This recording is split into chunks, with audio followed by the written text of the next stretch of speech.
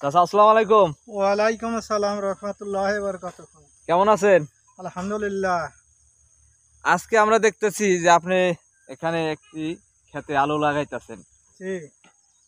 আচ্ছা, আমাদের সম্পূর্ণ তথ্য দিবেন, আমরা আপনাদের কাছে জিজ্ঞাসা করবো এবং আপনি বলবেন আচ্ছা।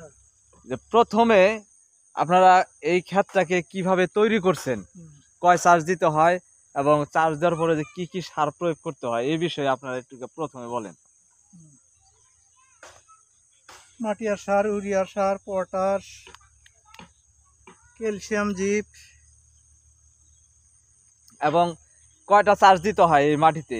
মাটিতে সার দিছি 4টে। 4টা। আলু গাড়ার জন্য কি মাটি হলে ভালো হয়? অর্ধেক অংশ মাটিয়া, অর্ধেক অংশ বালা মাটি ভালো হয়। মানে উর্বর মাটি, বালু এবং মাটি মিশ্রিত থাকলে সেই মাটিতে আলু ফলন ভালো হয়। ফলন ভালো হয়। আর যেটা ভিজা মাটি, এঁটেল মাটি, সেটাই ফলন হবে না, ফলন কম হয়। কম হবে।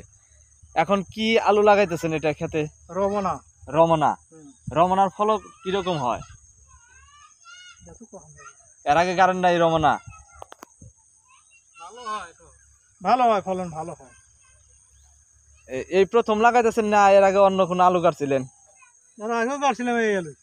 এটাই ফলাফল মোটামুটি ভালো হয়েছিল। ভালো হয়েছিল। বিঘায় 30 মণ। মাশাআল্লাহ। এই যে আমরা দেখতেছি যে আলু এখানে কিন্তু আপনারা লাগাইছেন, কি পদ্ধতিতে লাগাইছেন এটুকু বলবেন। এই যেখানে আলু যে গাড়ছেন কয় ইঞ্চি পর পর দিয়েছেন? এটা তাই 1 ঠুটি পর পর দিছি। 1 ঠুটি মানে আদাতে, এই যে আদাতের একটু কম কম। হ্যাঁ। আচ্ছা আচ্ছা, দর্শক দেখেন আদাতের কম একটু। আর এদিকে দুধটা এদিকে এই যে কাঠিটা মাপ দিয়েছেন, এদিকে 1 হাত, এদিকে 19 ইঞ্চি। 19 ইঞ্চি। হ্যাঁ। আর এদিকে দর্শক দেখেন আদাতের কম। এই একটা আলু দিয়া থইছি আর গ্যারেজ দিছি, মানে এটা পচা তো সেই জন্য এটা গ্যারেজ দিয়া থইছি এটা এখানে। বুঝছেন? এটা পচা বাইরে এখানে একটা গ্যাটিস দিবেন। হ্যাঁ, এই গ্যারেজ এটা মিস গেলে ওটাও হবে। হ্যাঁ। এই যে কাঠিটা বানাইছেন আগে 19 ইঞ্চি করে। 19 ইঞ্চি করে। আচ্ছা আচ্ছা, প্রথমে আগে বসি দিয়ে দাঁড় টেনে আলুগুলা বসায় যেতে হবে। হ্যাঁ। বসায় যেয়ে তারপর ওই পাশে দেখতেছি লাঙ্গল দিয়ে ওটাকে কি করে দিবেন, মাটিগুলো উঠাই দিবেন নাকি? হ্যাঁ। আর কোনো কিছু করা লাগবে না? আলুর উপরে মাটিগুলো উঠতেছে।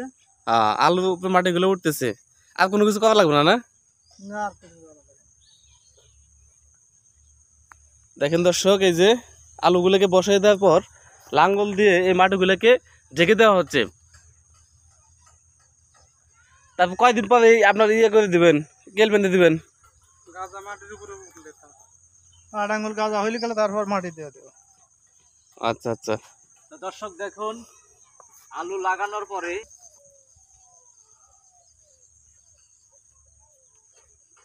রমনা আলু কত দিনে আসে ফলন? 60 দিনে। 60 দিনে একদম আলু তোলা যাবে, তাই না? আর যদি আমি কই একটু বেশি দিনে তুলবো, আলু পলিশটা রাখবো, তখন কয় দিনে তোলা লাগে? আপনার 60 দিনে পারফেক্ট। একদম 60 দিনেই পারফেক্ট, না? আলু লাগানোর বর্তমান উপযোগী সময় এখন আমাদের উত্তর অঞ্চলে এই টাইমে। দর্শক দেখুন,